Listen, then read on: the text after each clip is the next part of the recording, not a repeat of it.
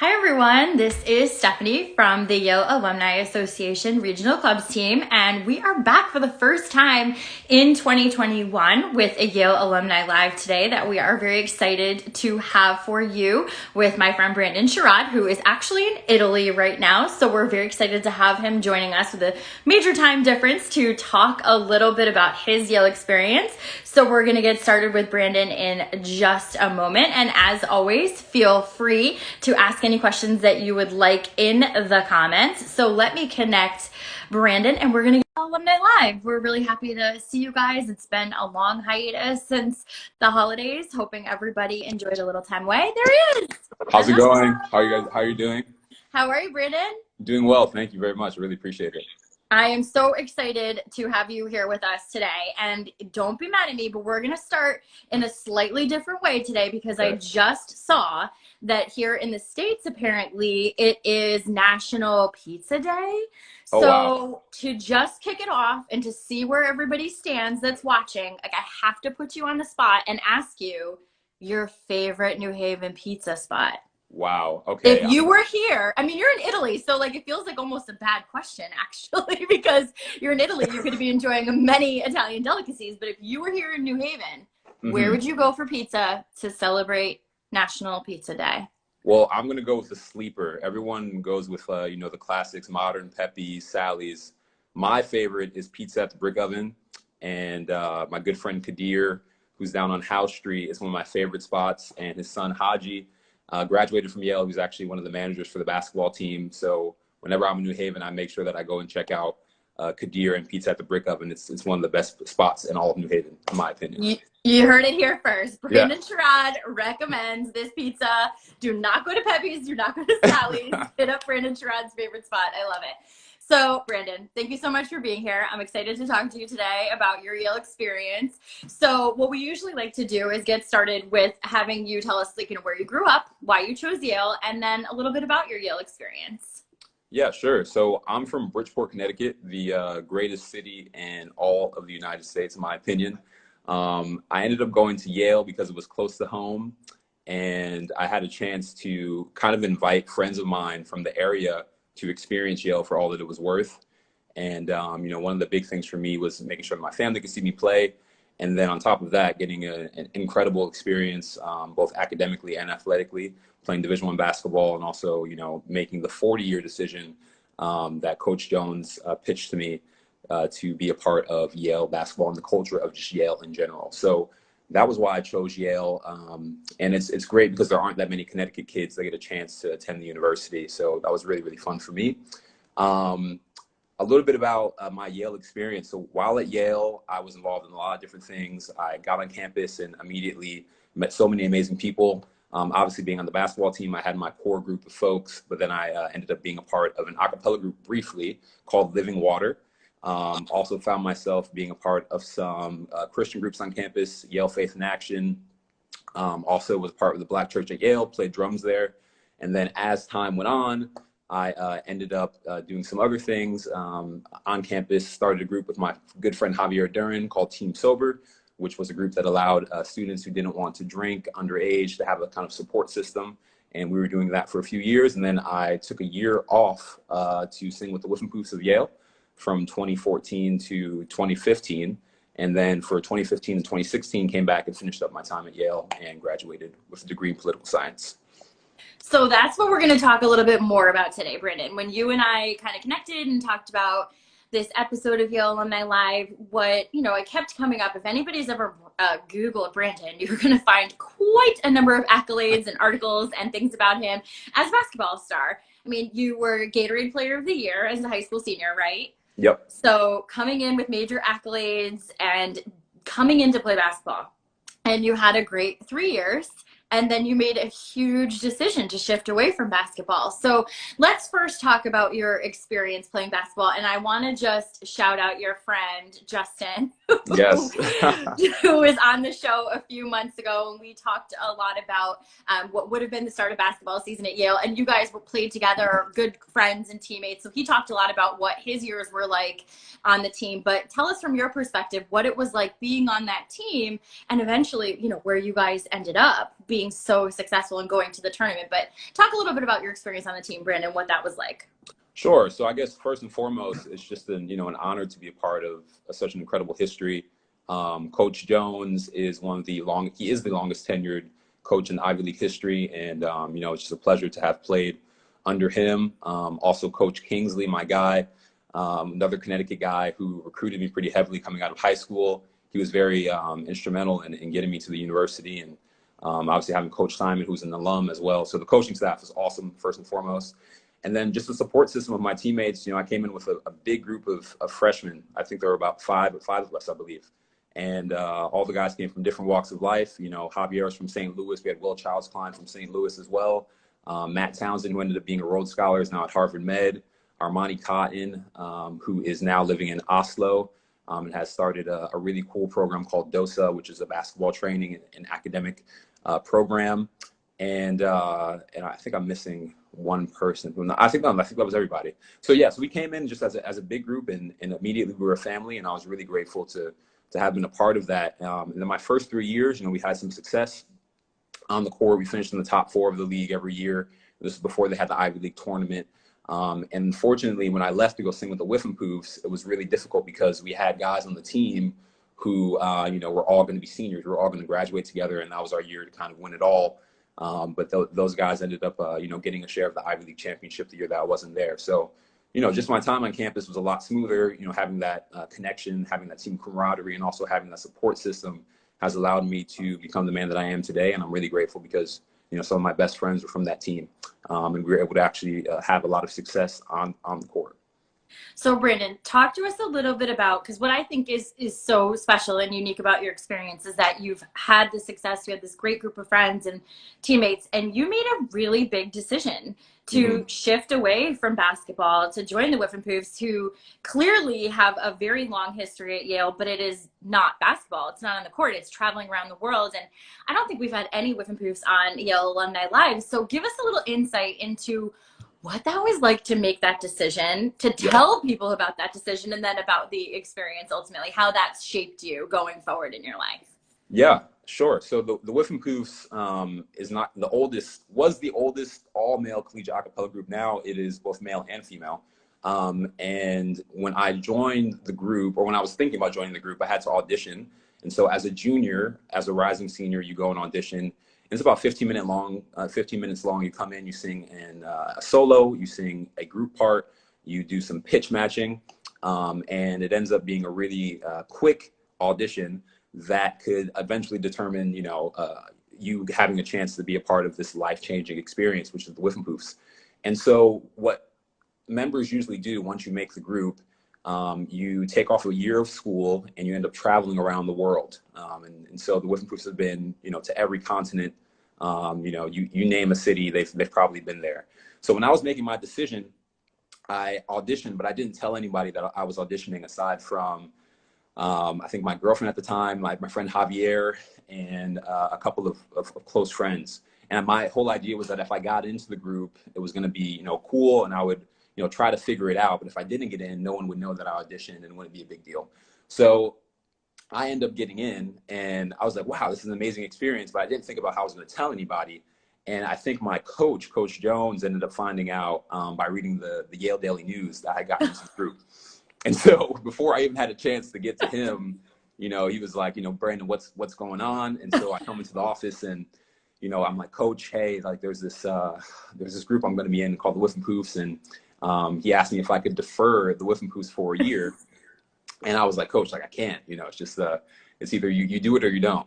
And one of his recruiting pitches that I remembered and kind of, I said it right back to him was that Yale affords you with certain opportunities that you're not going to be able to get anywhere else in the world and in the country.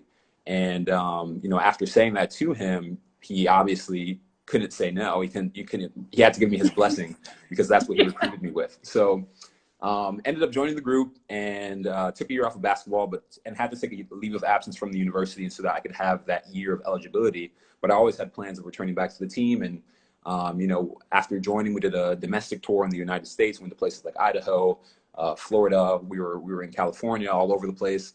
And then we ended up taking a 24 country world tour during the summertime.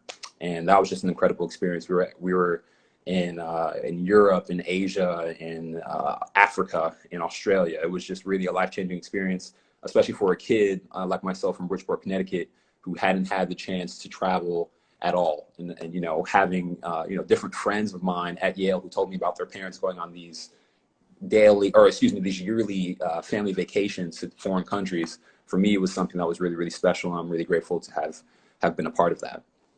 You know, Brandon, I just, in preparing for our conversation and just reading all those articles about you, like, I find it so impressive that as what, 20-year-old, 21-year-old, you had the confidence to make such a big decision and to step outside of something that you had kind of, you know, grown accustomed to and used to, and make a big choice that you knew might be disappointing your teammates, you knew Right. might be disappointing your coach. What did you draw upon to make that decision? Like, I know you're a man who follows his passion, so we're going to talk a little bit Sure. about that more in a minute. But how did you find the courage to do that? What really drove you to make that decision? Yeah, you know, for me, I think it was almost kind of predestined in a way, because I had a lot of friends, and I tried to stay very involved in the musical community at Yale. So the first a cappella group that I joined, Living Water, I wasn't able to continue doing that because I just didn't have the time. But I did find myself working on smaller projects with different friends. One of my really good friends, Michael Bloom, who is a professional. He's a singer, artist, doing very well right now. I got involved with him, and I remember playing drums on one of his projects, and he was a part of the Wiffenpoofs, and he told me about how incredible the experience was, and that he was impressed with my voice and that I might have a chance to do it. And you know, for me, I'm very firm on doing what you believe is the right thing to do, and then also doing what you think can afford you once in a lifetime opportunities. So with the Wiffenpoofs, it was a win-win situation. It's like, if I got in, great, I'll be able to do this. If I don't get in, then I'll still have a chance to finish my Yale career, my experience out. But I do encourage everyone to follow their passions, and when you are afforded opportunities like this, you need to definitely take hold of them and try to achieve them as soon as you can. I just think it's so incredible. And you and I, when we spoke in advance of this, you talked about feeling like a global citizen and Sure. having lots of big dreams for the future. But would you say that that trip, that whole process of going to all these different countries and seeing different things, how has that shaped you and your views of the future? Yeah, I think this is the trip as a whole really allowed me to mature in a way that I don't think I would have if I had just been on campus. I believe that living or being at Yale, you are in a microcosm. It isn't necessarily how the actual world works. And I think a lot of Yalies get caught in kind of creating those microcosms sometimes outside of the university and those spaces. And so me having traveled, I was really able to meet folks from different walks of life. I was able to see that, there were other people who were living similarly to me, and there were also other people who were living in situations that were much more dire than the one that I was in. And so as a result, I was able to kind of draw from those experiences and use those perspectives to kind of nurture and create new relationships and kind of forge new friendships, and to be more intentional with my time and with my energy when I came back to Yale. So I was really, really grateful for that. That's a very good point. I think we're all trying to be intentional right now with how we spend our time, because things are evolving so quickly and things are so crazy in all of our lives in this shared experience of virtual everything. But Sure. You came back to Yale, Brandon, and you had a great year. Tell us just one of your favorite memories from that last year playing basketball. I guess the first thing was just, we were in the Ivy League, and every year when I was there for the first 3 years, it was either like Harvard or Princeton that was just, killing us every year. And it was just really great to come back in a situation where we could avenge, because the year before when I was gone, I was actually in Florida watching Yale and Harvard play to go to the NCAA tournament. And I remember being with the Wiffenpoofs in a sports bar and watching the game and being like, wow, I need to be ready to go for next year, because I felt like I let my team down in a way by taking a year off to sing with the Wiffenpoofs. So when I came back and, we were able to win at Columbia, the Ivy League championship, to go to the NCAA tournament, I think that was the highlight of my year, my whole basketball career, because that's what you work for. And to be a senior and graduate, by winning is an incredible thing. So that was really awesome.